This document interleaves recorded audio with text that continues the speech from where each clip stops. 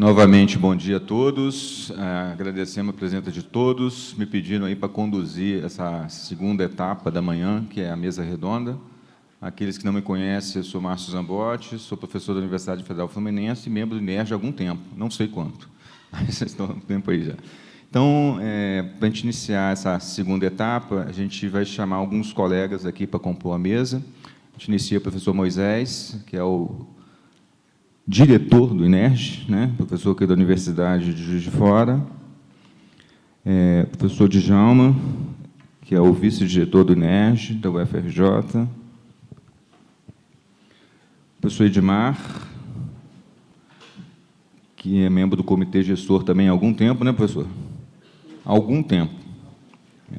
Professor Bortoni, representando a Unifei. Professor Antônio Carlos Siqueira, do UFRJ. Professor Guilherme Sotelo, representando o grupo UF. Professor Leônidas, representando o pessoal de São João del Rei. Professor Joel, representando a turma da Federal do ABC. A gente inicia com uma palavra inicial aí do professor Moisés, né? Uma apresentação, né, professor?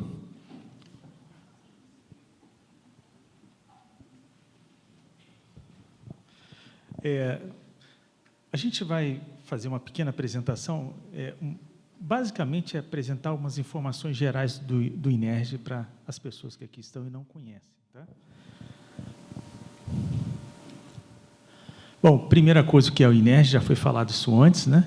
Então, é o Instituto Nacional de Ciência e Tecnologia, focado nas pesquisas na área de engenharia elétrica. Então, atualmente, e quando a gente fala em engenharia elétrica, nós estamos falando sobre geração, transmissão e distribuição de energia. E aí, quando você fala sobre isso, é uma piscina, né? Enorme. Então, vocês viram aqui a apresentação que eu fiz, professor Bortoni,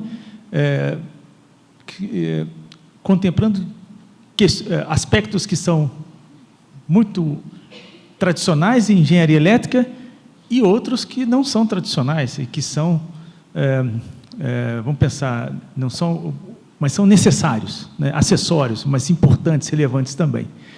E, então, nós temos um grupo bastante grande de pesquisadores que atuam no quê? Nessas três vertentes, né? Ou seja, geração, transmissão e distribuição, fazendo pesquisa científica, tecnológica e inovação.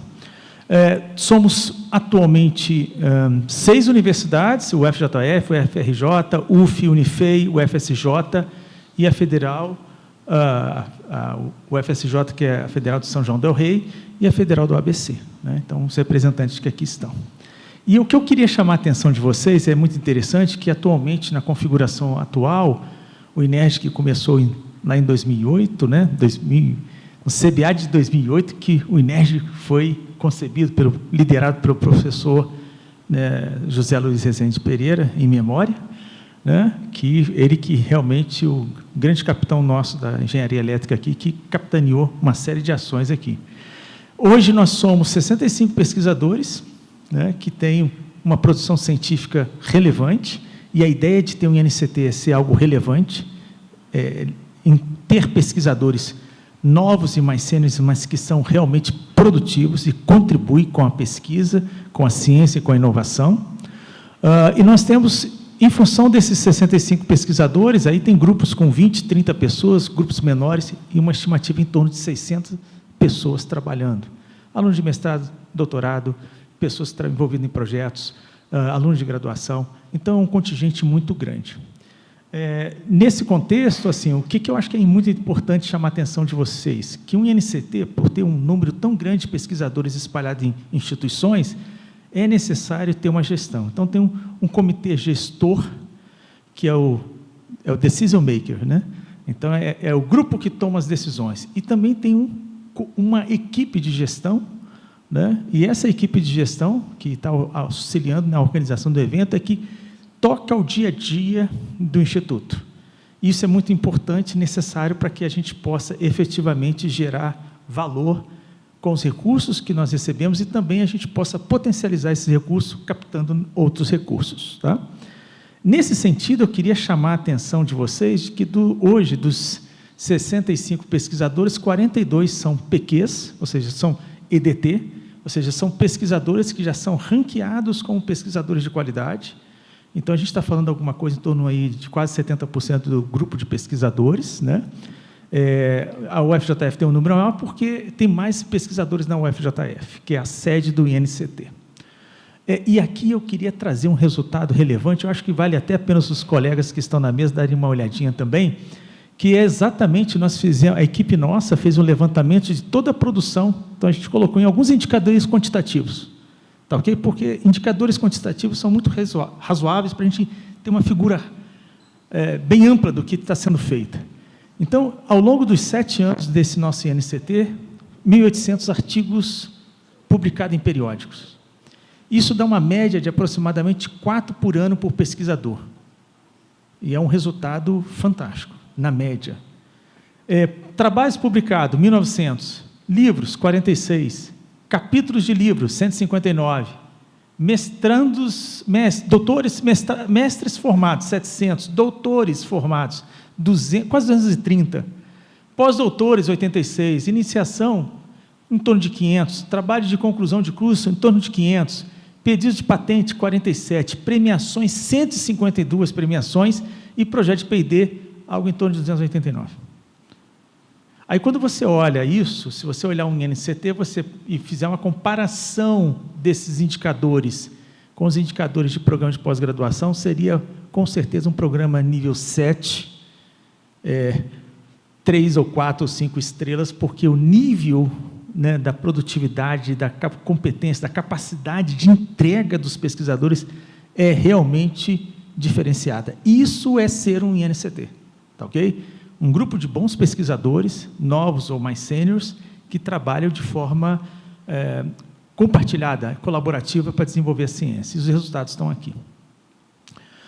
E o que é muito interessante, não só fazer pesquisa científica, que a gente faz muito nas universidades, mas um dos enfoques fortes é parceria com a indústria. Então, aqui tem alguns exemplos de parcerias com indústrias alguns exemplos, não todos, tá ok? Então, a gente selecionou empresas pequenas, empresas grandes, empresas da região de Juiz de Fora, de Minas, do estado de Minas, e empresas nacionais, tá? E isso é importante porque são esses recursos extras que fazem com que vocês possam serem subsidiados para estarem aqui num programa de pós-graduação, numa bolsa com valores diferenciados, etc., e que permite a sua melhor inserção no mercado no futuro. Tá ok? Isso é mais ou menos o que eu gostaria de apresentar sobre o INERJ, e com isso eu termino essa minha breve palavra e retorno.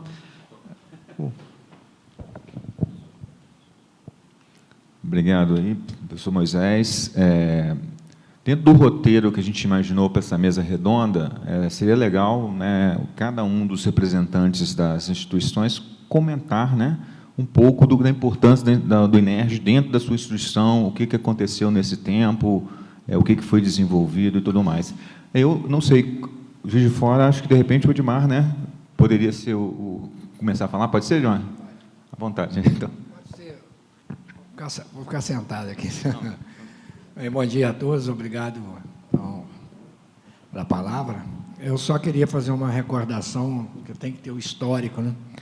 O INERJ começou em 2008, lá no Expo Minas, quando estávamos realizando o CBA, Congresso Brasileiro de Automática.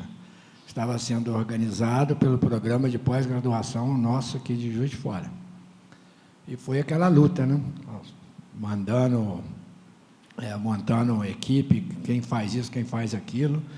E no dia de enviar, o professor José Luiz, que era o coordenador, que faleceu em 2020 devido à Covid, funcionava aqui como um user guide nosso, né? E me entregou a senha ali do CNPq e falou: está por tua conta.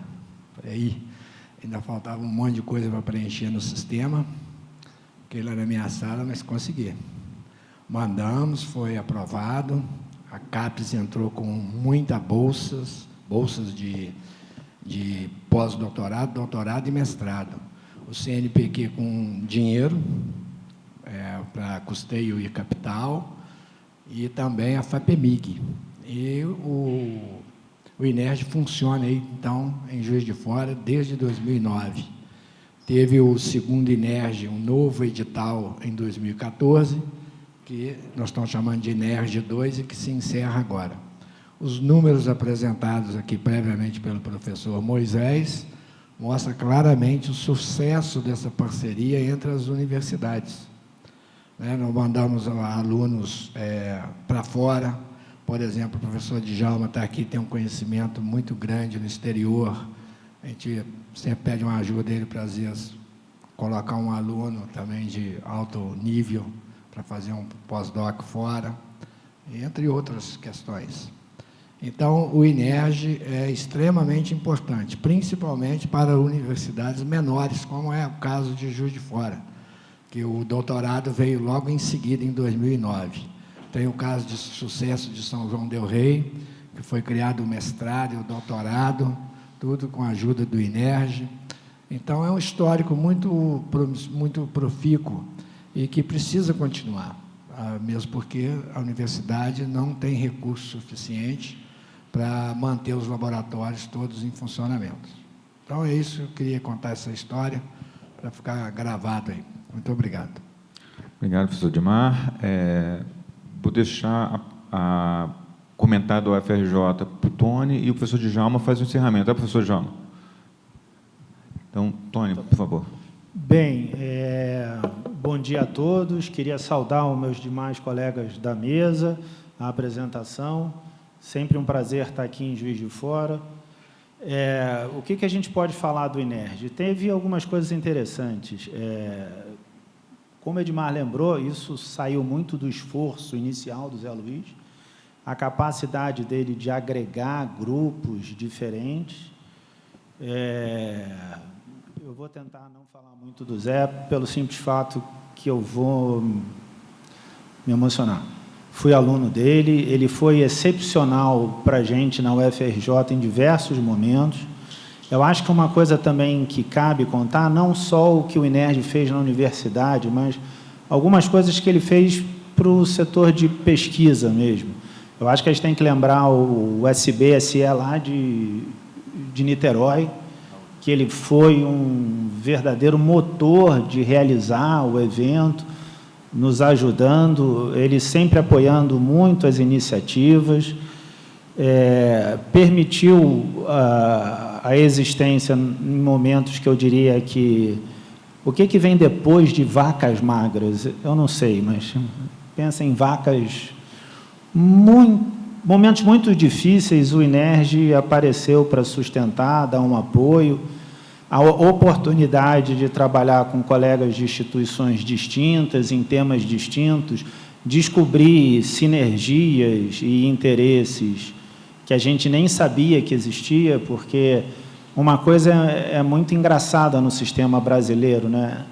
Como está organizado, é muito mais fácil a gente cooperar, às vezes, com colegas que têm só um oceano de distância, do que colegas que estão, às vezes, do outro lado do corredor ou de instituições próximas, e que o INERJ possibilitou isso. Eu acho que ele tem mais do que falar da ação da UFRJ, eu acho que é no que ajudou as universidades a aprender a cooperar, porque a gente não sabe cooperar muito bem, né? Tanto que acho que acabou que o foco da minha palestra mais tarde é muito como o INERJ ajudou a gente a ver temas que podem ser de interesse de diversos grupos e que como esses grupos conseguiram construir algo concreto, tanto de conhecimento, como de saber, como de produto para a sociedade.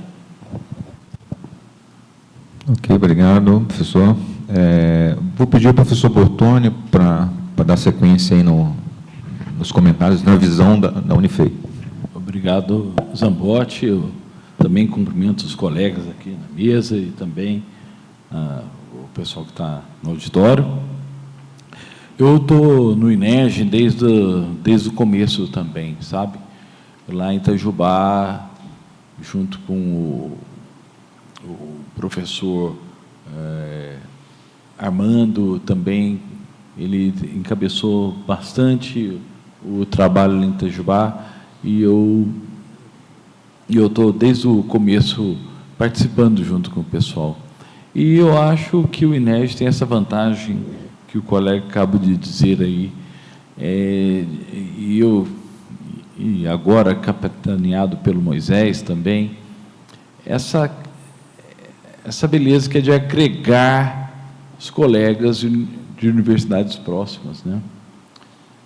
Porque, assim, são professores com seus problemas, com as suas responsabilidades individuais, mas que se sentem alegres em poder contribuir com esse projeto, né? com esse sonho, né? Que não é um sonho de uma pessoa, mas de várias pessoas juntas, né? Também me lembro muito bem de todas as benesses que nós tivemos com o advento do INERJ. Foram bolsas de iniciação científica, de mestrado, de doutorado, pós-doutorado, muitas viagens para o exterior, fazer intercâmbio com outras universidades, mas também eu me lembro muito do professor José Luiz reforçando a participação no General Meeting do I3E. Eu lembro que uma vez ele falou assim: Bortoni, pode deixar por conta nossa que a gente do INERJ, a gente viabiliza a sua participação. Então, agora a gente, com um novo projeto, né, uma participação também mais ativa ainda, com as potencialidades, algumas delas eu mostrei na apresentação, e assim como a minha universidade, várias universidades aqui também têm potencialidades. Isso vai ajudar o INERJ a cada vez mais se destacar entre os institutos nacionais de ciência e tecnologia. Obrigado, professor Bortoni. Aproveitar que aqui está ao seu lado meu colega de universidade, professor Sotelo, você vai dar algumas palavrinhas de nome da UF. Obrigado, Márcio. Bem, bom dia a todos, bom dia, professores. É um prazer estar aqui novamente em outro evento do INERJ. Eu tive em todos os eventos, todos os workshops do INERJ, exceto um que eu tinha um congresso naquela semana que eu já tinha passagem comprada, que eu acho que senão estaria aqui também. Então, eu gosto muito de vir a Juiz de Fora, vir a Minas, quase todas são em Minas, exceto Rio de Janeiro, lá o FRJ, não, tem USP não, o FABC, desculpa, perdão, e a UF, são as três que são de fora de Minas Gerais, mas só para falar um pouquinho do INERJ, já foi dito das parcerias que foram fundamentais, abriu porta para todos os professores e para alunos em colaboração. A gente pôde orientar alunos de diversas universidades e fazer parceria através do INERJ. Os recursos foram importantes, mas tem uma coisa que a gente comenta que foi fundamental o apoio do INERJ. Foi o apoio ao doutorado de São João del Rei, quando foi a criação e a consolidação do nosso programa de doutorado, que tinha sido criado há pouco tempo, aí com o apoio do professor José Luiz. Nós levamos o SBSE e ali começamos a dar um pouco mais de visibilidade para a UF, que sempre foi conhecida como uma universidade no passado que formava grandes engenheiros, já formou ministros, mas ela não tinha uma tradição de pesquisa, principalmente em engenharia elétrica. E o INERJ nos fortaleceu muito nesse sentido. Então, só tenho a agradecer na torcida para que a gente possa ter a continuação, o INERJ 3.0, e que continuemos nessa parceria boa que a gente tem até hoje, e me agrada muito de fazer parte desse time. Tá? Só tenho a agradecer esse período e torcer, pedir a Papai do Céu que nos dê a oportunidade de continuar por mais 4 anos juntos. Tá? Obrigado. Ok, obrigado, professor. Eu vou lá para o outro lado da mesa, professor, só para o microfone ficar circulando, tá? É de propósito. Tá? Bom dia, muito obrigado por esse momento de poder expressar aqui, não, o sentimento da UFABC, como foi mencionado em outros momentos, não? A UFABC foi a última, talvez, instituição, não? Para se juntar a este time como se foi mostrado, ¿no? De professores pesquisadores já reconhecidos, ¿no? E juntar, ¿no? A UFABC é uma universidade que foi relativamente nova, ¿no? O mestrado, ¿no?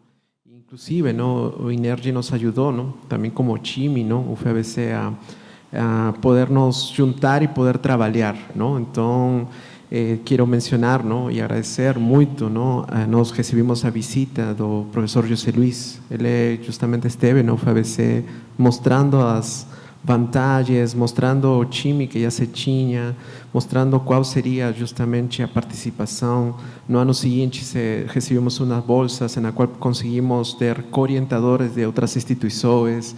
Atualmente, tem alunos que estão defendendo, tem projetos que estão sendo submetidos justamente com membros do INERJ, na FAPESP e em outros editais. Também em editais quando tem concorrência com empresas. Então, o INERJ permitiu criar esse espaço para justamente colaborar, contribuir e crescer. E um resultado dessa colaboração e contribuição é que foi submetida para a CAPES justamente a possibilidade de fusão com outro programa de pós-graduação em informação, e ele foi aceito.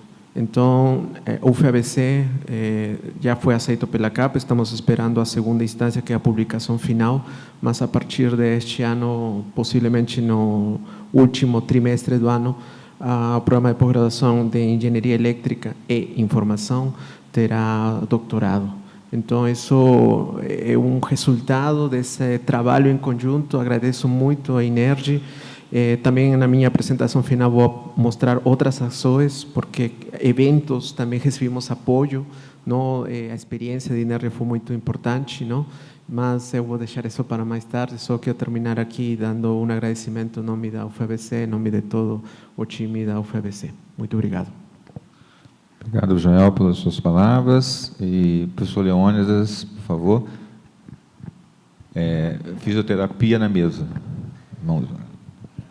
Bom dia a todos, obrigado pela palavra, é sempre um prazer vir a Juiz de Fora. Bom dia, meus colegas de mesa. Falar do INERJ para o UFSJ poderia gastar muito tempo. Eu vou citar alguns exemplos de como o INERJ foi importante, né, na pesquisa relacionada à engenharia elétrica na UFSJ.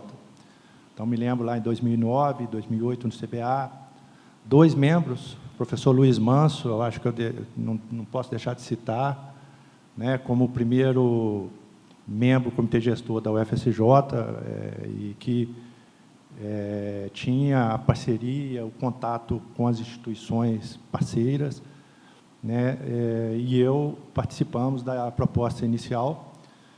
Já em 2011, né, nós recebemos o SBAI em São João del Rei. Foi um divisor de águas também no SBAI. A gente teve um número recorde de submissões de artigos, e o INERJ estava presente com apoio financeiro e apoio para a divulgação da pesquisa, com as primeiras arenas, né, e computadores para o laboratório lá de São João del Rei, né, que hoje é um Fab Lab, que tem até parceria com universidades e instituições internacionais. E, então, lá em 2011, né? Em 2013, 2014, o INERJ proporcionou, novos membros entraram da UFSJ, proporcionou intercâmbios internacionais através do Bolsa Postdoc. E São João del Rei, pelo menos no nosso departamento, a gente tinha grandes dificuldades de conseguir esse tipo de recurso e conseguir parcerias. E o INERJ abriu portas para a gente nesse sentido, né? E tivemos outros professores que saíram em 2017, 2018, também para fazer pós-doc, que fizeram parcerias internacionais e que são mantidas até hoje, são importantíssimas para a nossa universidade.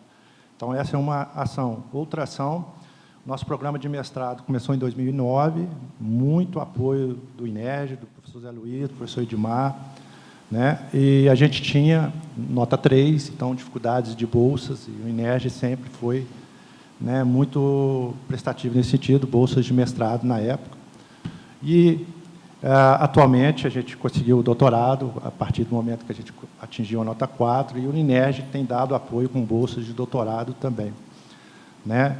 E mais do que isso, a participação nos workshops, o trabalho em rede, né? Eu acho que a UFSJ se beneficiou demais com o trabalho em rede que o INERJ proporciona, né? E se eu for citar todos os ganhos, né, a gente vai ficar aqui, vou me delongar muito, mas eu gostaria de citar esses principais. E por fim, né, são 7 laboratórios de pesquisa que têm recursos aportados pelo INERJ na UFSJ. Esses laboratórios, eles têm outras fontes, né, mas o INERJ constitui ali o apoio que o INERJ cedeu, uma parcela significativa da infraestrutura desses laboratórios. Então, hoje, a Universidade de São João tem 8 membros no INERJ, e nós só temos a agradecer. Eu vou devolver a palavra, né, para o professor Márcio, e a UFSJ só tem a agradecer, em nome de todos os professores, a todo o apoio que o INERJ tem nos dado e que fortaleceu muito a pesquisa no nosso departamento, no nosso programa de pós-graduação lá em Engenharia Elétrica. Obrigado.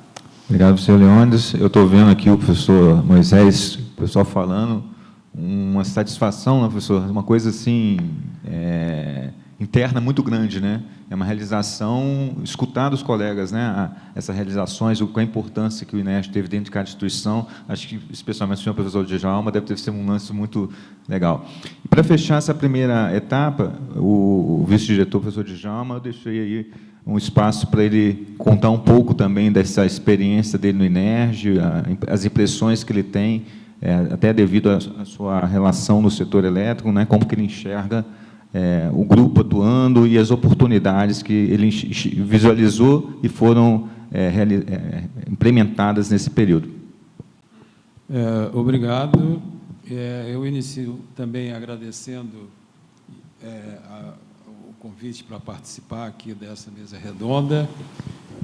Saúdo aqui os membros da mesa, os presentes aqui na plateia. E é uma satisfação muito grande para mim estar aqui, né?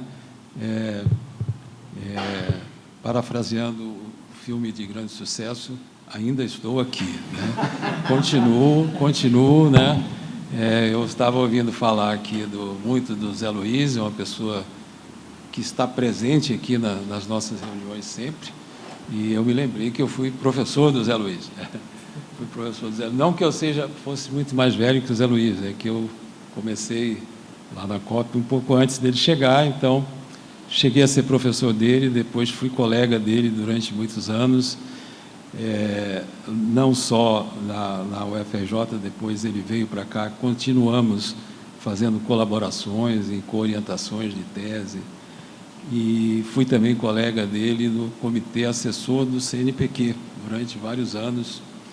E uma característica importante do Zé Luiz, além de todas as outras que já foram citadas aqui, é que o Zé Luiz era uma pessoa que olhava para frente. O Zé Luiz estava sempre pensando qual seria a próxima coisa que ele queria fazer, né? E aqui na UFJF ele fez um grande trabalho, sem dúvida alguma, e uma parte fundamental desse trabalho que ele fez foi criar o INERJ. Então, é uma pessoa que é muito, muito cara para mim e com o qual eu tive a felicidade de conviver muito próximo durante todos esses anos. Segundo lugar, é a minha satisfação de ter atuado como vice-diretor do INERJ, nesse INERJ 2, né?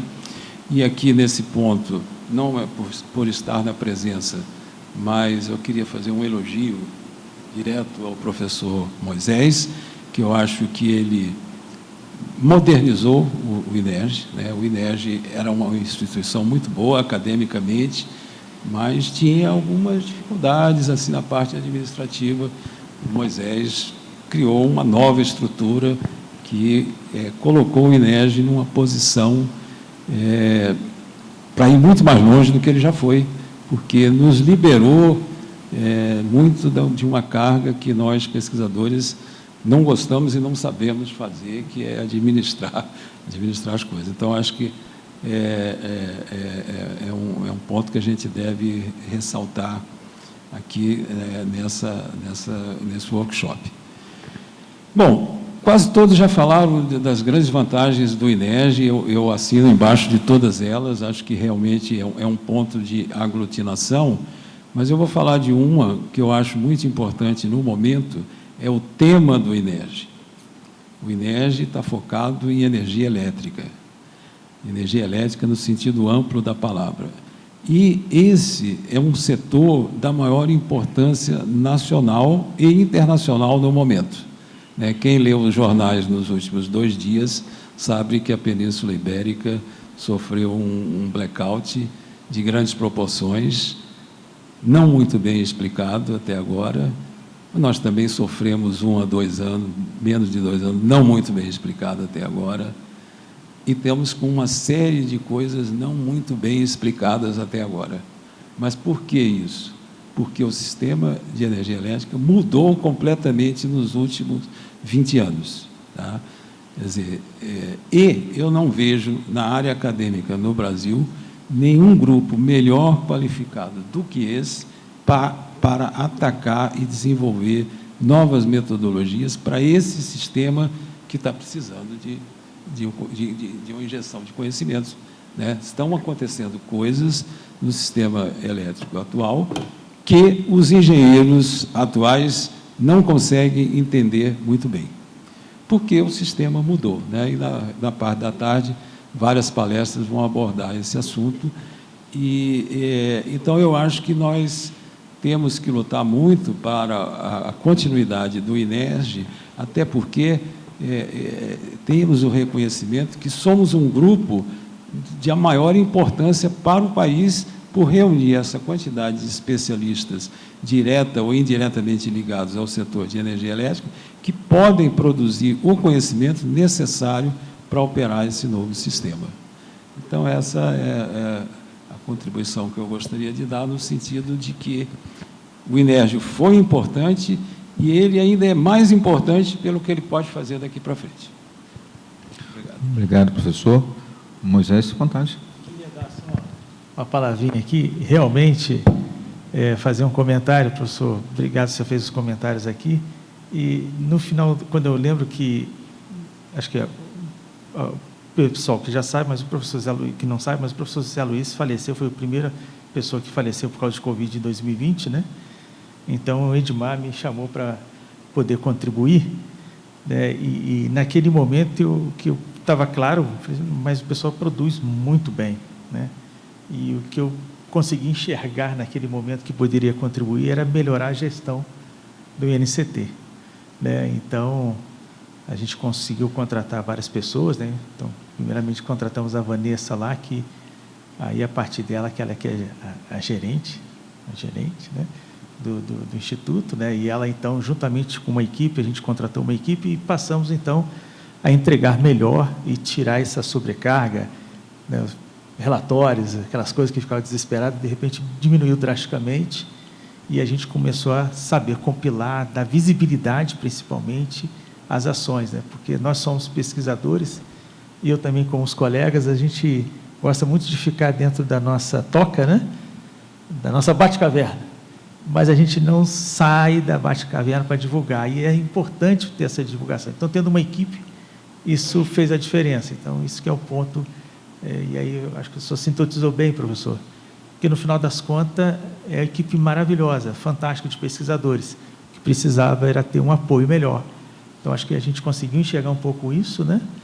E conseguiu trazer isso para dentro de INERJ. E também aproveito para agradecer os conselhos do professor Djalma, né? Porque a gente sempre tem que conversar com alguém que tem experiência, bater um papo. Também o Edmar, que eu sempre, dia a dia ali, batia na porta dele, mas também o professor Djalma, que eu conseguiria sempre conversar com ele, que ele é um professor mais experiente, e é sempre bom a gente aprender com quem sabe e tem uma paciência enorme de ensinar com tranquilidade. Então, isso é importante. E até as interações com todos os colegas, né?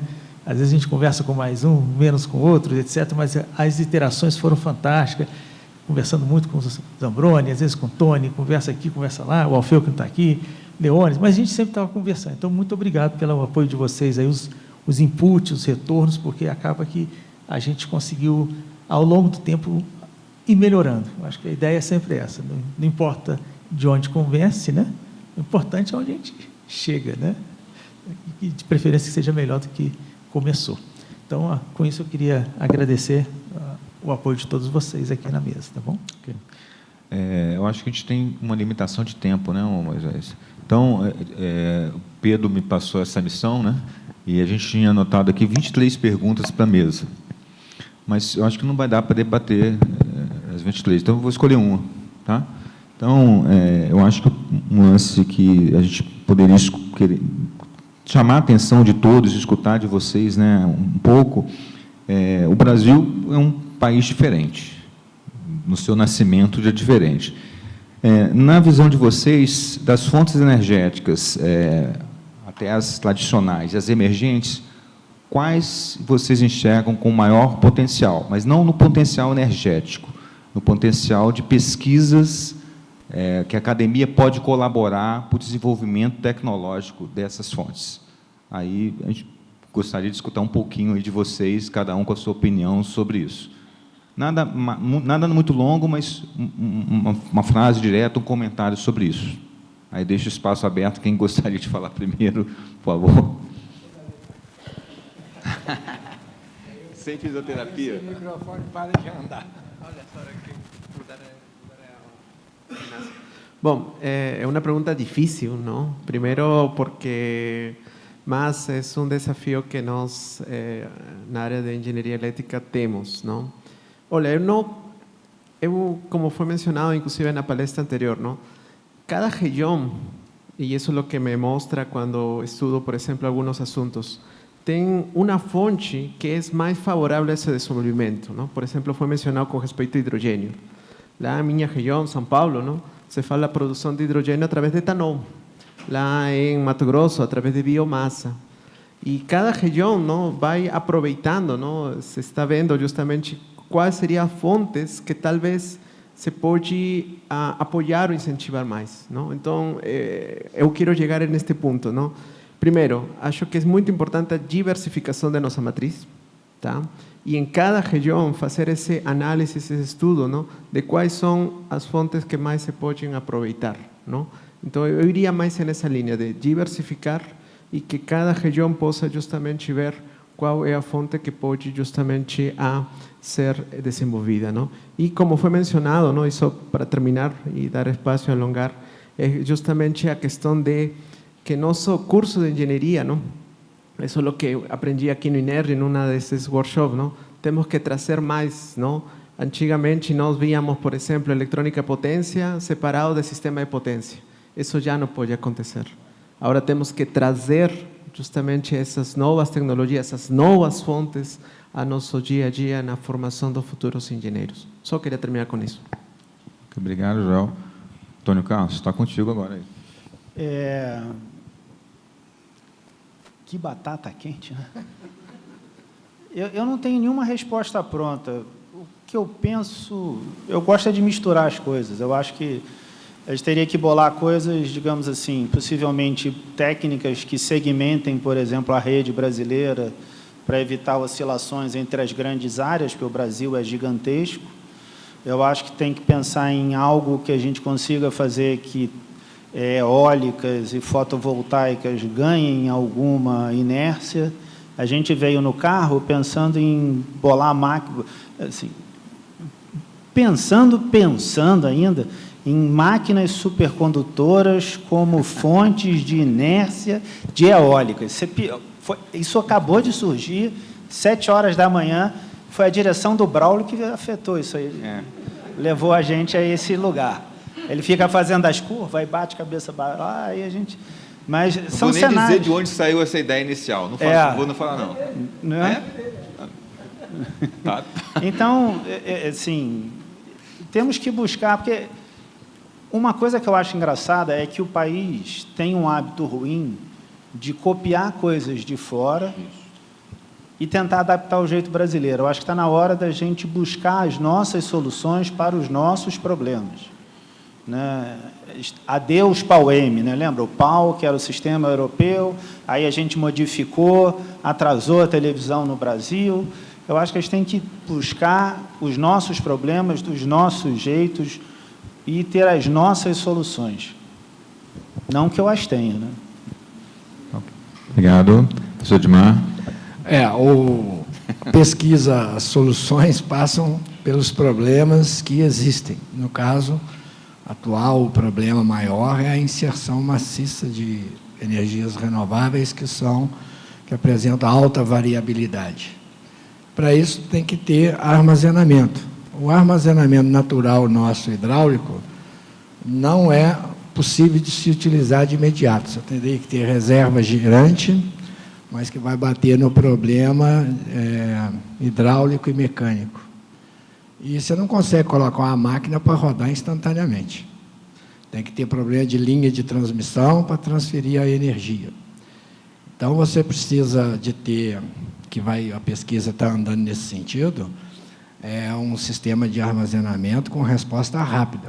Seria, no caso, aí as baterias, mas que estão muito caras somente para fazer esse serviço de armazenar na hora de folga e usar na hora da falta da renovável. Então, o que se estão se estudando é um pagamento extra para esses sistemas de armazenamento de um modo geral. O principal ainda é a bateria, para ele participar da inércia, controle secundário, terciário de tensão, ele tem que ser remunerado para isso, por esse serviço, né? São os serviços ancilares, para poder compensar entrar bateria no sistema. Você tem hoje só aquela subestação lá de registro. Então, a pesquisa está nesse sentido, eu acho, que o problema é que atrai a pesquisa. Então, eu falo sempre nas aulas, os alunos, a oportunidade de pesquisa nessa área. É isso aí. Obrigado. Sr. Djalma, sua visão. A pergunta é quais seriam as fontes, né, mais interessantes para a gente investir. Eu acho que as fontes de energia, elas surgem, né, não propriamente apenas de uma atividade de pesquisa, mas do problema econômico, né?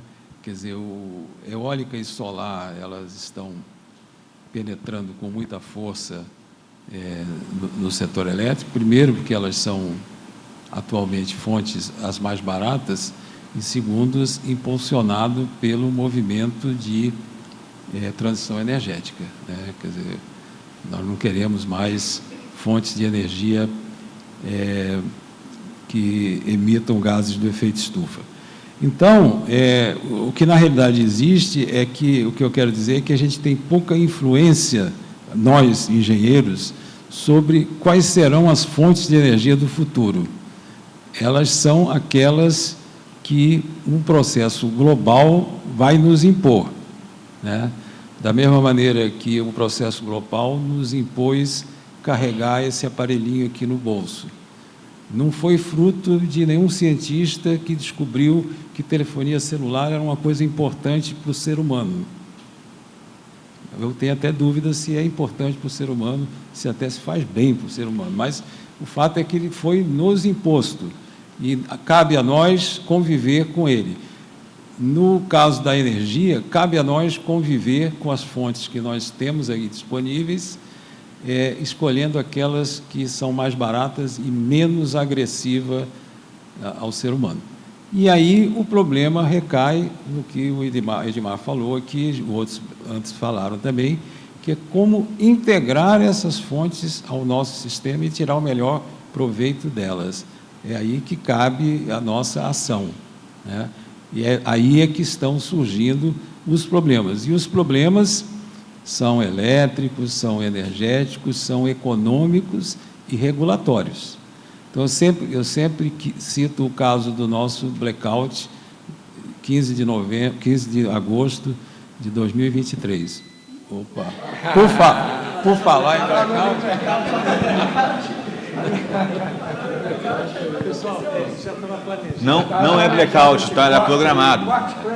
Era planejado. Só fazer um comentário, já estava planejado nesse corte, a gente tentou harmonizar. Tá, na Espanha está tudo bem, tá, gente? Tá tudo bem. Acho que tá, né?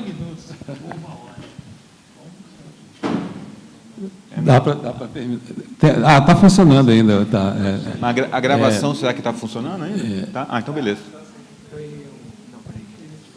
Então, o blackout, ele, numa primeira análise, ele foi um fenômeno meramente elétrico, né? Desligou uma linha lá em Fortaleza, ligada a Fortaleza, ela provocou um desligamento em cascata de várias outras linhas, assim por diante, até separar o sistema. Problema elétrico. Mas esse problema elétrico, ele resultou no fato de que o ONS passou a reduzir o intercâmbio de potência do Nordeste para o Sudeste, porque ele quis aumentar a segurança do sistema, porque havia uma suspeita de que aquele grande intercâmbio tinha sido responsável pelo blackout. Essa redução do intercâmbio fez com que se reduzisse a produção de geração eólica e solar no Nordeste, o que se chama de curtailment, que é desligar as usinas mesmo quando elas têm capacidade de gerar. Isso está criando um problema econômico sério, econômico-financeiro para as empresas de geração eólica e solar, porque elas não estão conseguindo faturar a energia que elas pretendiam faturar. Isso está criando uma situação de insolvência do sistema brasileiro, nós não sabemos como resolver isso, e é o grande tema do momento. Então, estamos vendo que um tipo de fonte causou um problema elétrico que, por sua vez, desencadeou um problema econômico-financeiro que exige uma mudança na lei. Tá? Então, daí mostrar a complexidade que é do sistema elétrico atual. Não basta saber só engenharia elétrica. Ou melhor, o engenheiro elétrico, ele tem que saber outras coisas. A gente sempre, eu me lembro, quando eu era aluno de engenharia, a aula de economia, para mim, era uma coisa muito desagradável, porque eu vim estudar engenharia aqui, agora estou... Só que agora, naquela época também, a engenharia não existia sem economia, mas agora de jeito nenhum, porque o nosso sistema elétrico, que é uma coisa que todos sabem, mas esquecem, ele é um sistema totalmente privado, e ele depende dos empreendedores para crescer. Não adianta dizer, por que o governo não constrói uma usina do tipo A, B ou C? O governo brasileiro, há anos, não constrói usina nenhuma, e nem vai construir mais usina nenhuma. As usinas são construídas por empreendedores que só vão investir nas usinas se tiver uma perspectiva de retorno, ou seja, ter regulação adequada para ele. Então, o problema é muito complicado, tá? Por isso que eu digo que precisamos aqui de grupos como aqui o INERJ, com 65 pesquisadores, com diferentes formações, né?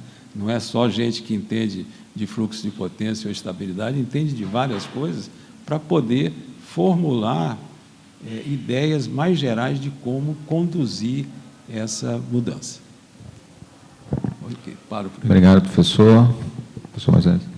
Eu vou falar muito pouco, mas um dos itens, assim, eu não vou conseguir responder a sua pergunta, mas eu vou trazer uma outra fonte que já vem sendo estudada, e a gente até colocou como um tema do INERJ 3, que é geração solar espacial, que é uma outra vertente que já existe em países e até em empresas investindo nisso.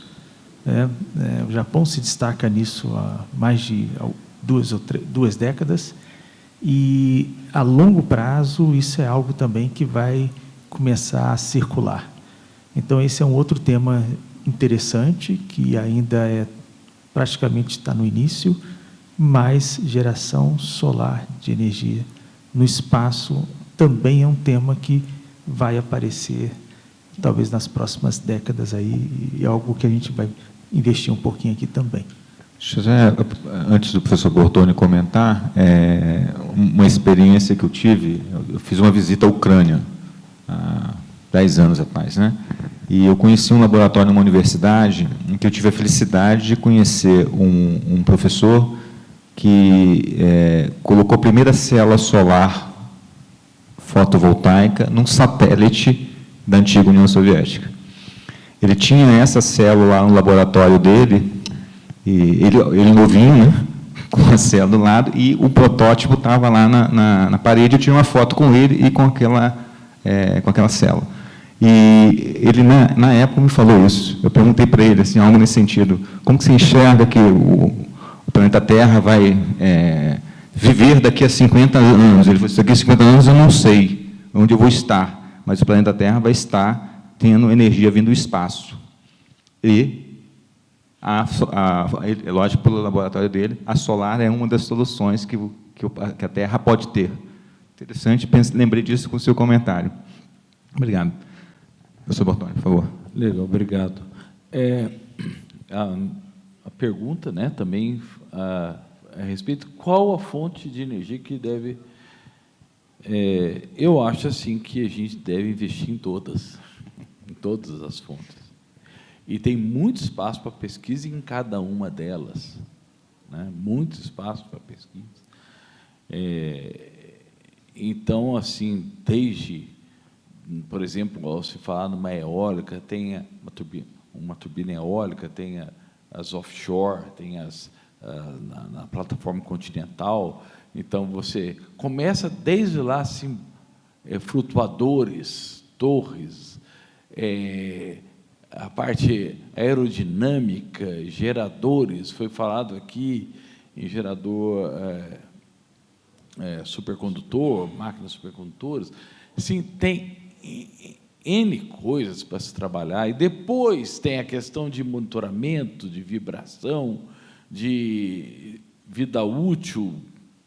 Assim, depois tem interligação, tem a parte de conversão para corrente contínua, transmissão para a plataforma continental, e o solar tem, desde a pesquisa mais básica, né, que hoje o pessoal está estudando não tem ciência no Brasil, mas fora do Brasil, perovskite, usando, então, painéis solares de alto rendimento, com várias multicamadas para pegar diferentes comprimentos de onda. Tem muita pesquisa, mas muita mesmo, né, para cada uma das fontes energéticas. E nós devemos estudar todas e nos preparar para todas. Então, e aí depois, só falando da geração, mas também depois tem a parte da conexão, do sistema, do uso, da eficiência energética no uso da energia, né?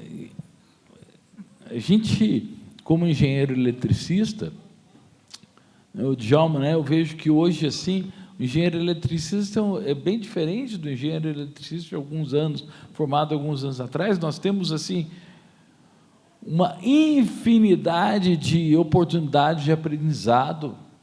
Eu estava conversando agora há pouco, né? A gente estava falando sobre inteligência artificial, sobre essas funções generativas, o ChatGPT, etc. Que riqueza! Eu só falei, até o Moisés estava dizendo, só não pode fazer uma pergunta que ninguém nunca fez, tá? Porque senão eles vão falar, alguém está pensando diferente. Tem que ficar esperto nisso aí também. Bom, então,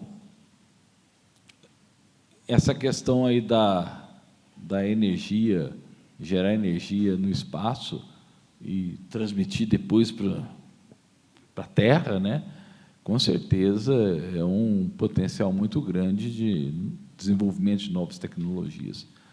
O Brasil, assim, embora tenhamos honrosos exemplos, como eu falei, por exemplo, o eletrolisador, quem ganhou a concorrência internacional foi uma empresa brasileira.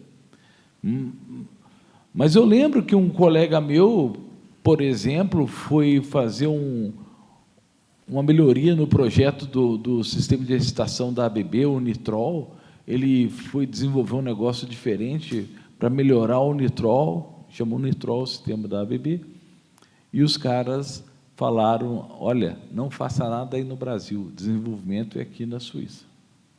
Então, a gente sofre muito, salvo raros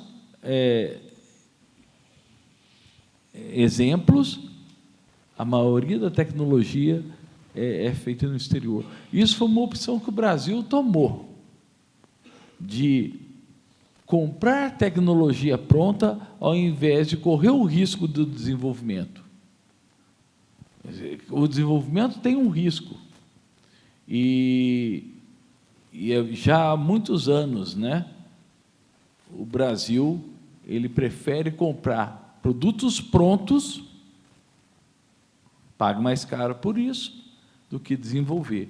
Mas a gente tem um potencial de mudar grande parte dessa realidade se a gente desenvolver pesquisa, se a gente focar em certos desenvolvimentos. O grande problema é que, às vezes, para você... eu até digo que as coisas... as descobertas praticamente acabaram. Ainda tem coisas por descobrir. Eu falo descobrir, é coisa que já existe, só que a gente não viu ainda, está coberta. A gente precisa descobrir.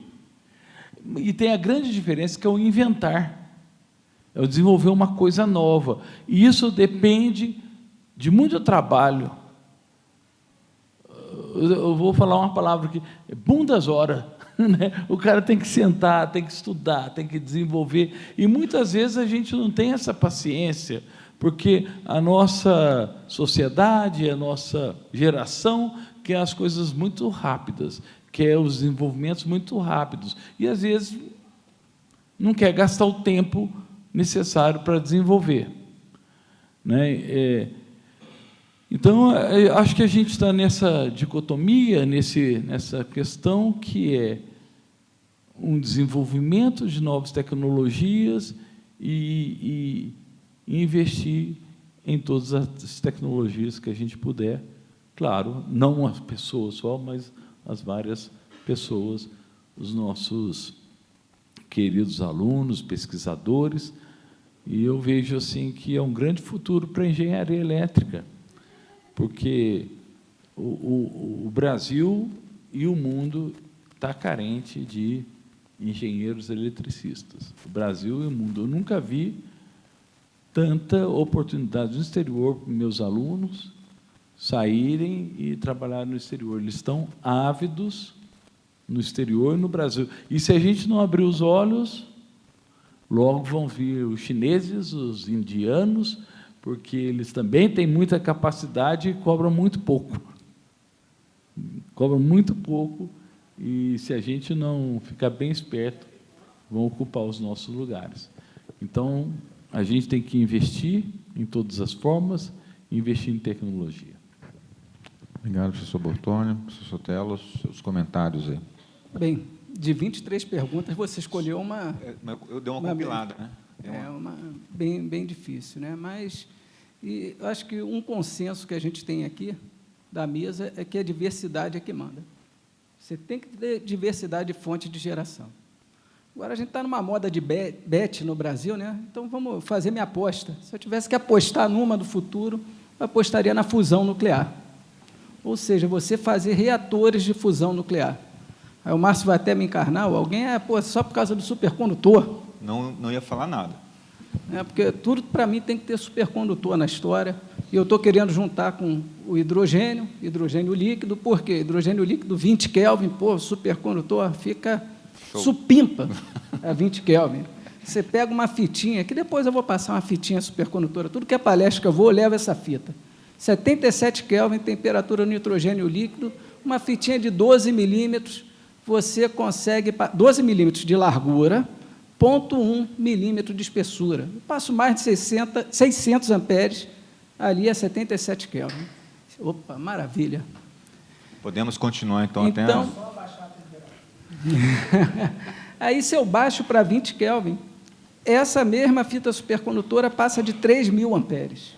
Olha que coisa linda, fazer um cabo que transporte tanto eletricidade como hidrogênio ao mesmo tempo. Então, isso daí, para a área de transmissão, é espetacular. Agora, voltando ao reator de fusão nuclear, eu preciso formar um plasma. E o plasma, a gente vai precisar ali de hélio 3, que é raríssimo aqui. Já estão falando em minerar a Lua, para tirar hélio 3 lá da Lua e trazer para cá. Tá? E a gente chega ali para confinar aquele plasma, são 100 milhões de graus Celsius. Você tem um mini-sol, você tem um microsol dentro do teu laboratório. E, no fundo, eu acho que o engenheiro acaba voltando à máquina térmica. Para tirar essa energia, depois eu volto para aquele ciclo térmico do vapor. Aí eu tenho uma alta tecnologia, não consigo confinar, não tem material que consiga confinar 100 milhões de graus Celsius. Como é que o pessoal confina? Essa bobina supercondutora, passando uma baita de uma corrente elétrica, produz um big campo magnético de dezenas de Tesla, e aí eu consigo confinar o plasma ali.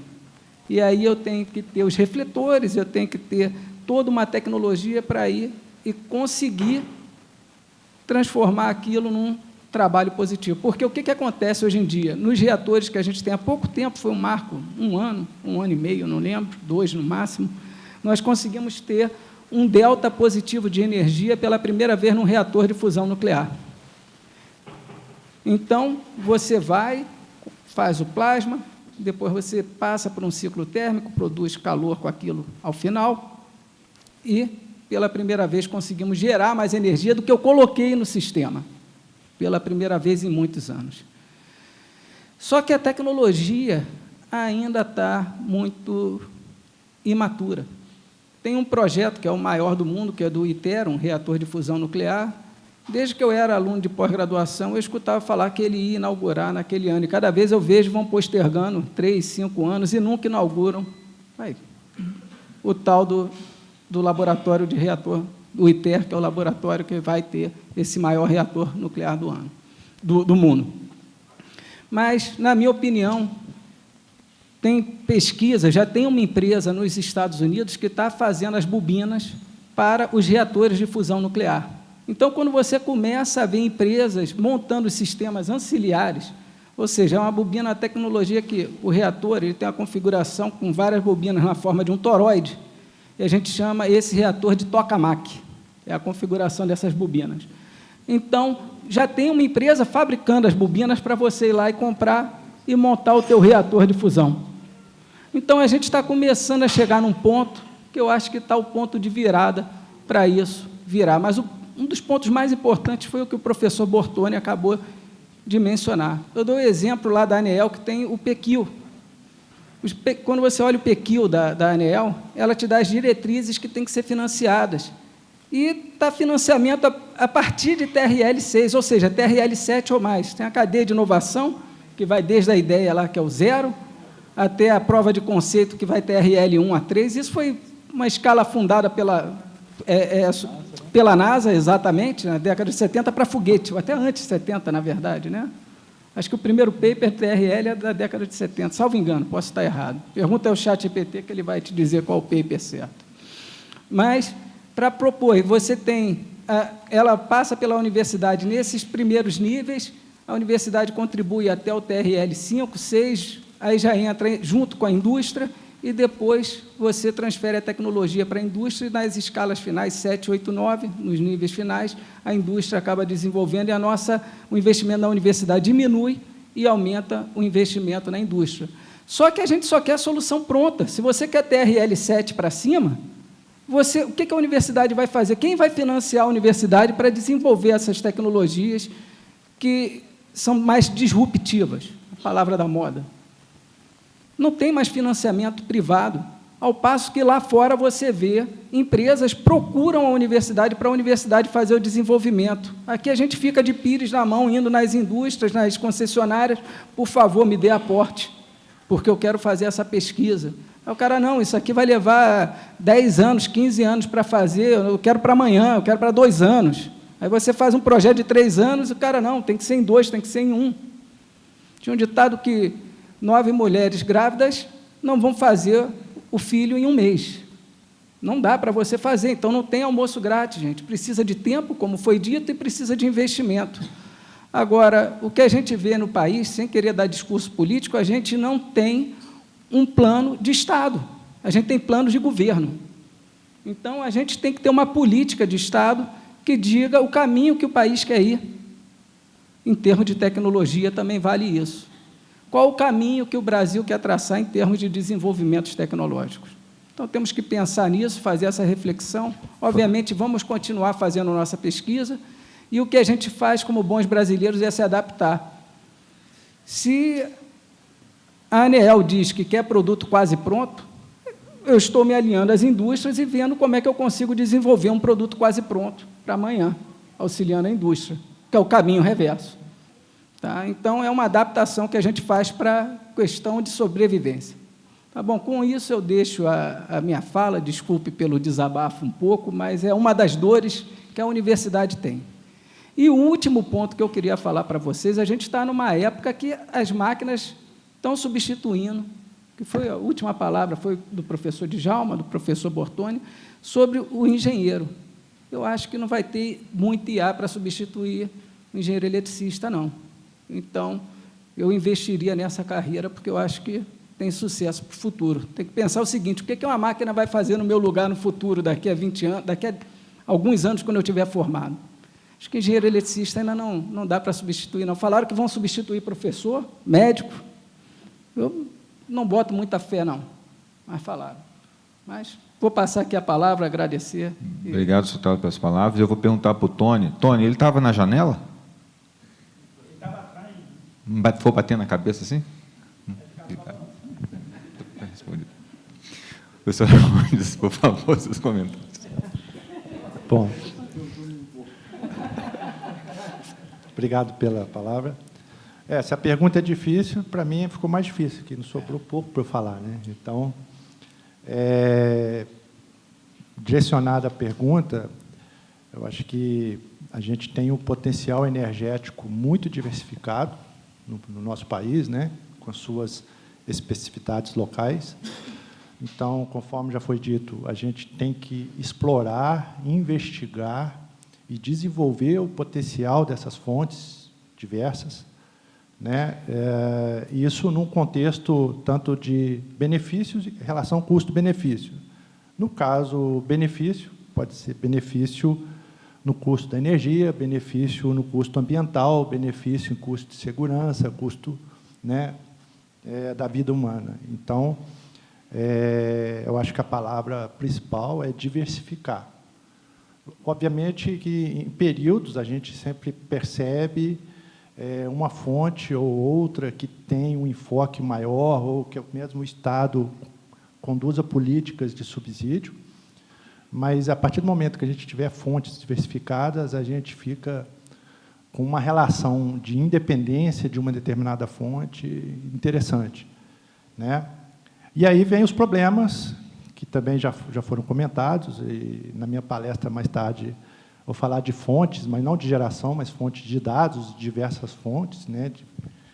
E aí fazer a integração disso, né? Operar esse processo. Então, esse é o desafio que a gente tem que enfrentar, principalmente vocês que vão entrar no mercado aí nos próximos anos, que vai estar aí pronto para ser enfrentado, né? Então, em suma, eu acredito que a gente precisa diversificar, olhando a questão financeira, ambiental, né? E, enfim, é isso. Não sobrou muito para falar. Obrigado. Obrigado. Normalmente fica para quem está coordenando aqui falar por último, né? O que eu vou falar, a forma que eu penso é diferente do que eles pensam. Olha que interessante, né? O Bortoni já sabe o que eu vou dizer. A gente está na mesma linha, né? Eu acredito na eficiência energética, gente. Nós temos que investir em conhecer os nossos equipamentos que a gente está funcionando e fazer eles funcionarem com menor consumo. A minha energia do futuro, ela pode estar no meu desenvolvimento tecnológico de como eu fazer mais com menos energia. Então, só deixo o meu ponto de vista aqui para fechar essa forma, né, da gente conduzir o pensar do nosso futuro. A gente, aqui todo mundo tem pelo menos 15 anos ou mais, né, de formados. Menos? Tem menos? Aqui não. Aqui menos? Menos? Então tá. 15 anos ou menos de formado e trabalhando com pesquisa, né? E deixa para vocês, não sei se vocês conseguiram perceber nesse papo aí, como que cada um tem uma visão um pouquinho diferente da energia do futuro, né? E fica aí a pergunta: aonde vocês vão estudar? Onde vocês vão se posicionar como pesquisadores? Vocês estão aqui sentados? Foi para alguém obrigou vocês a estar aqui? Não. Vocês estão aqui para escutar os palestrantes falarem sobre energia elétrica e como essa energia elétrica pode ser melhor aproveitada, ou como vai ser o futuro no Brasil. Então, a sementinha ficou aí, a contribuição de cada um para vocês pensarem aonde eu vou estudar, aonde eu vou desenvolver. Será que a energia do Sol estelar, ela é um negócio que eu devo dedicar? Acho que é por aí. E aí me permita, eu vou estender um pouquinho só esse fechamento. Ontem eu recebi um aluno que vai se candidatar ao mestrado com a gente, que ele é do Fiji. Fiji, um país. Alguém sabe onde é o Fiji? Sabe? Beleza. Aí ele chegou, olha só como que a gente aprende a todo dia, né? Todo dia a gente está aprendendo alguma coisa. Ele chegou lá, professor, marcou lá para conversar comigo, queria conversar contigo, queria me candidatar ao mestrado. Eu falei, beleza, o que você quer fazer? Ele falou assim, eu dei uma estudada, o que vocês do departamento, né, do grupo de vocês faz? Cara, ele estava com 2 folhas, com um monte de anotação. Aí eu queria saber o que é isso, o que é aquilo. Cara, as perguntas que ele fez, o que estuda, o grupo estuda naquilo, me abriu a cabeça o seguinte, cara, tem tanta coisa para a gente estudar, para a gente pesquisar, que é só você querer. Eu falei, você pode escolher, elencar qualquer um desses itens aqui, cara, é um mestrado, tranquilamente, uma contribuição, e vai te dar um caminho legal. E o mais interessante, a expectativa inicial, vou ser sincero com vocês, foi, poxa, o que um cara do Fiji quer fazer um mestrado do Brasil? Aí ele me contou a história dele. Ele veio num desses convênios, há 7, 8 anos atrás, fez graduação, fez um concurso, entrou numa instituição, concursado, constituiu família. Ele falou, a primeira ideia que eu tinha era resolver o problema do meu país. Lá eu não teria como estudar para poder contribuir para o meu país. Então, eu vim ao Brasil. E vi aqui que esse monte de itens aqui pode me ajudar a desenvolver o conhecimento para ajudar o meu país. E a gente aqui está fazendo o quê? Conversando, discutindo, pensando em soluções para a energia elétrica do nosso país. Então, não sei se o professor Moisés quer encerrar, ou posso encerrar por aqui? Então, agradecer a vocês aí a audiência, né? E à tarde tem mais, tá?